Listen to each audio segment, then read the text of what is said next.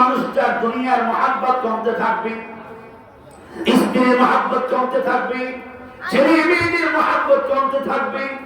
আর একটু পর পর বলবে আমি আর বাঁচবো না, আমি আর বাঁচবো না। কিছুদিন পর পর বলবে আমি তো মরে যাবো, আমি মনে হয় আর বাঁচবো না, আমি বাঁচবো না। গাছের পাতাটা মানুষটা মারা যাওয়া 40 দিন আগে গাছের পাতাটা পড়ে যায়। আমার মেয়েরা, এই সিদ্ধাতুল মুনতাহা সীমান্ত বড়া, ওইখানে আমার নবীকে পৌঁছে দিলেন সিঁড়ির মাধ্যমে। ওইখান থেকে আল্লাহ পাক রব্বুল আলামিন ওই আরশে আজিম পর্যন্ত যাবার জন্য আরেকটা যানবাহনের ব্যবস্থা করেছেন। ওই যানবাহনটার নাম হইল রফরফ। এর নাম কি? রফরফ। সবুজ রঙের একটা গদি আসন, ওইটা আল্লাহ পাক রব্বুল আলামিন পাঠিয়েলেন।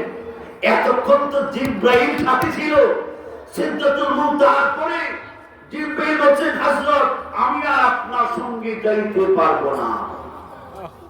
আমার ভাইয়া, আল্লাহ নিয়ে বলে জিবরাইল আপনি আমার জমিনের সাথে ছিলেন, আসমানের সাথে ছিলেন, সীমান্ত বদলে সে আপনি যাইতে পারবেন না, আমি একা একা হয়ে গেলাম, আমি এখন কিভাবে যাব? জিবরাইল বলেন হুজুর আমি যদি আর সামনের দিকে এক কদম পরিমাণ অগ্রসর হই, চলতে অগ্রসর হই, আমার যদি 600 টাকা আছে সবগুলি টাকা পরিচয় হয়ে যাবে। এখান থেকে আল্লাহর নূর বিরাজমান, আমি এই নূরের তাদেরকে বরদাস্ত করতে পারবো না, আমার সবগুলি পরিচয় হয়ে যাবে। আমার মেয়েরা, ওইখান থেকে আল্লাহর নবীর ভ্রমণ ছিল রফরফের মাধ্যমে। তিনি মেরাজের মধ্যে নবীর যানবাহন ছিল কয়টা? 3টা যানবাহন ছিল। মসজিদে হারাম থেকে বাইতুল মুকাদ্দাস পর্যন্ত ছিল বোরাক, বাইতুল মুকাদ্দাস থেকে সিদরাতুল মুনতাহা পর্যন্ত ছিল সিঁড়ি, সিদরাতুল মুনতাহা থেকে আরশে আজিম লা মাকাম পর্যন্ত যানবাহন ছিল রফরফ। এই 3টা জিনিসের মাধ্যমে আল্লাহর নবীর মেরাজ ভ্রমণটা হয়েছিল।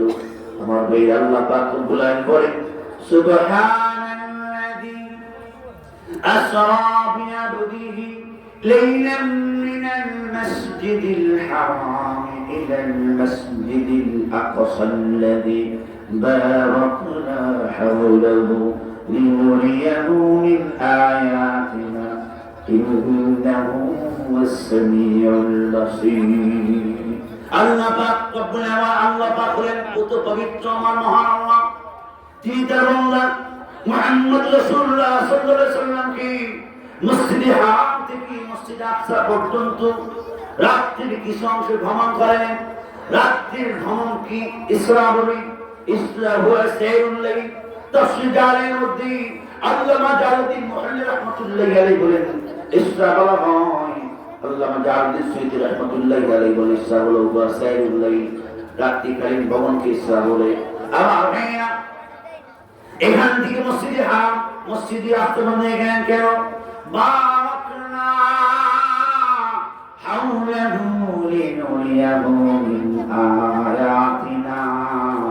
আল্লাহ পাক রব্বুল আলামিনের অগণিত অসংখ্য রহমত আর বরকত বাইতুল মুকাদ্দাস এলাকায় রয়েছে। ওইখানে হাজার হাজার নবীর কবর রয়েছে। বরকতময় জমিনকে দেখার জন্য আল্লাহ পাক রব্বুল আলামিন নবীকে নিয়ে গেলেন মসজিদে আকসা পর্যন্ত। কেন? আল্লাহর কুদরত নিদর্শন দেখানোর জন্য। আমার ভাইয়া, এইভাবে আল্লাহ পাক রব্বুল আলামিন ওইখান থেকে প্রথম আসমানে নিয়ে গেলেন। 7 আসমানে আল্লাহ পাক রব্বুল আলামিন অনেক নবীর সাথে আল্লাহর নবীর সাক্ষাৎ হলো। প্রথম আসমানের দরজায় গিয়ে জিবরাইল আঘাত করলেন, ঘোড়া হাঁটতে শুরু করলেন, আওয়াজ দিলেন। আওয়াজ দেওয়ার সঙ্গে সঙ্গে বলি জিবরাইল আপনি কি? বলে আনা জিবরাইল, আপনার সাথে কি মুহাম্মাদুর রাসূলুল্লাহ আল্লাহর পক্ষ থেকে অনুমতি দেওয়া হয়েছে? হ্যাঁ দেওয়া হয়েছে। আমার ভাইয়া, ঠিক ওই সময় আসমানের দ্বার রক্ষক দরজা খুলে দিলেন। আল্লাহ চলে গেলেন জিবরাইলকে নিয়ে প্রথম আসমানে যাওয়ার পরে কি দেখুন এখানে বাবা আদম আলাইহিস সালাম প্রথম আসমানে অবস্থান করতেছে। হযরত জিবরাইল বললেন তিনি আপনার আদি পিতা আদম, সালাম দেন। আমার নবী বাবা আদমকে সালাম দিলেন। আমার ভাইয়া, সালাম দেওয়ার পরে বাবা আদম সালামের জবাব দিলেন। আল্লাহ নবীর জন্য দোয়া করলেন, খুশির বিনিময় করলেন। বাবা আদমের সঙ্গে আল্লাহ পাক রব্বুল আলামিন আমার আপনার নবীকে কেন সাক্ষাৎ করলেন? মুহাদ্দিসিন ইকরাম বলেন, সিরাত বিশারদরা বলেন, একদিন আল্লাহ পাক রব্বুল আলামিন নবীকে ইঙ্গিত ইশারা দিলেন, হযরত আদম যখন জান্নাত থেকে হিজরত করে দুনিয়ায় চলে আসেন, ও নবী আপনি মক্কা থেকে হিজরত করে মদিনায় যেতে হবে। ইঙ্গিত ইশারা দিয়েছেন, আপনিও মক্কা থেকে মদিনায় হিজরত করতে হবে। অনেক লম্বা চূড়া ঘটনা, বিশ্বাস করা তো সম্ভব না। প্রথম আসমানে বাবা আদমের সঙ্গে সাক্ষাৎ হয়েছেন। আল্লাহ নবী মেরাজ হয়েছে একবার, আমাদের মেরাজ হলো 5 বার। আসসালাতু মিরাজুল মুমিনিন, নামাজ হলো মুমিনের মেরাজ। আমরা 5 ওয়াক্ত নামাজ পড়ব, আল্লাহর সঙ্গে 5 বার কথা বলবো। এই মুমিন 5 ওয়াক্ত নামাজ পড়ব, 8টা জান্নাতের মালিক হব, 7টা জাহান্নাম থেকে মুক্তি পাবো। রাতে দিনে যা গুনাহ হয় সব আল্লাহ মাফ করে দিবেন। আল্লাহ তাআলা আমাদের সবাইকে এই কথাগুলির উপরে আমল করার তৌফিক দান করুন। ওয়া আখিরি দাওয়ানা আলহামদুলিল্লাহি রাব্বিল আলামিন। সভাপতি সাহেব হুজুর কিছু বলবে, এরপরে দোয়া হবে। আর কত বলবেন? প্রায় 1.5 ঘন্টার উপরে হয়ে গেছে। মাইক দেন হুজুর, মাইক দেন। এই নিচে যাও, এই নিচে যাও। ওটা লাইনটা শুধু আর তো অংশ পারে এনতে তুমি না পড়া।